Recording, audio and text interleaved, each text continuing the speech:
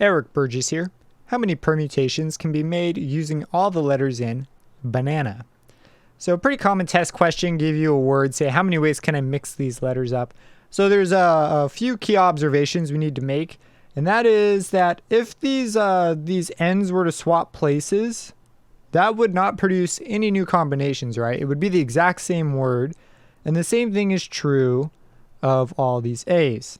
So normally the way we would count, all the possible ways to do something, you just take the total number of things and then do a factorial of those things. Or you would take all the different ways to do it and you would multiply them. But in this case, we have some ways that would produce nothing new. It would be the two ends swap places. There'd be no new word or new combination. So we need to take those out. And so what we're going to do is we're just going to divide them out. So first we see how many letters do we have? We have 1, 2, 3, 4, 5, 6 letters. And so we're going to do 6 factorial on the top. And then we're going to do, or do we have 6? 1, 2, 3, 4, 5, 6. Yep, we have 6. So then on the bottom, we want to take out those repeating ones. So we have two ends that could swap places potentially. So all we need to do is remove all the ways that can happen. So there's two ends, which means that there's 2 factorial ways for that to happen.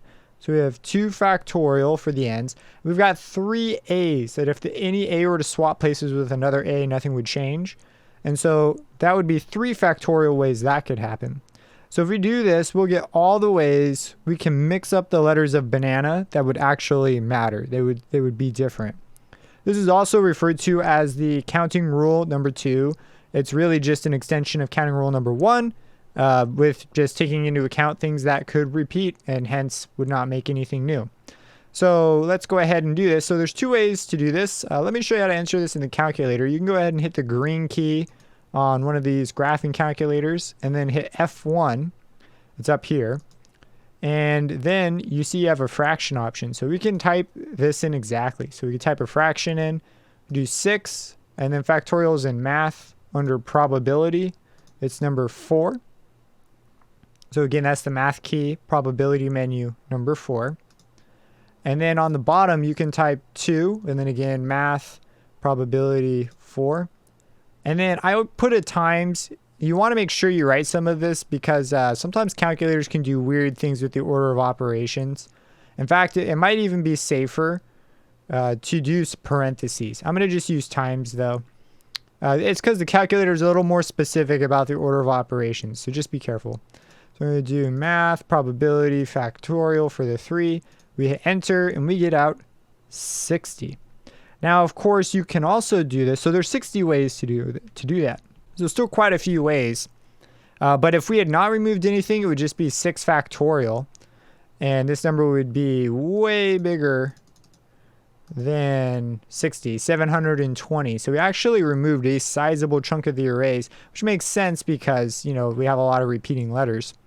Now, if we were to do this by hand, we could do 6 times 5 times 4 times 3 times 2 times 1. And then on the bottom, 2 factorial, we can write as 2. It's really 2 times 1. And the same thing as 3 factorials, just 3 times 2, again times 1. Times 1 is kind of extra.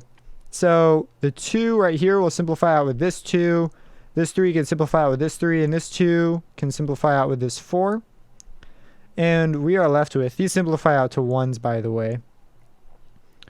We're going to get 6 times 5 times 2. So 6 times 5 is 30, and 30 times 2 is 60. So we would get the exact same thing. If you have any questions about this, feel free to let me know. Subscribe and hit that bell icon for future videos, and we'll catch you in the next problem.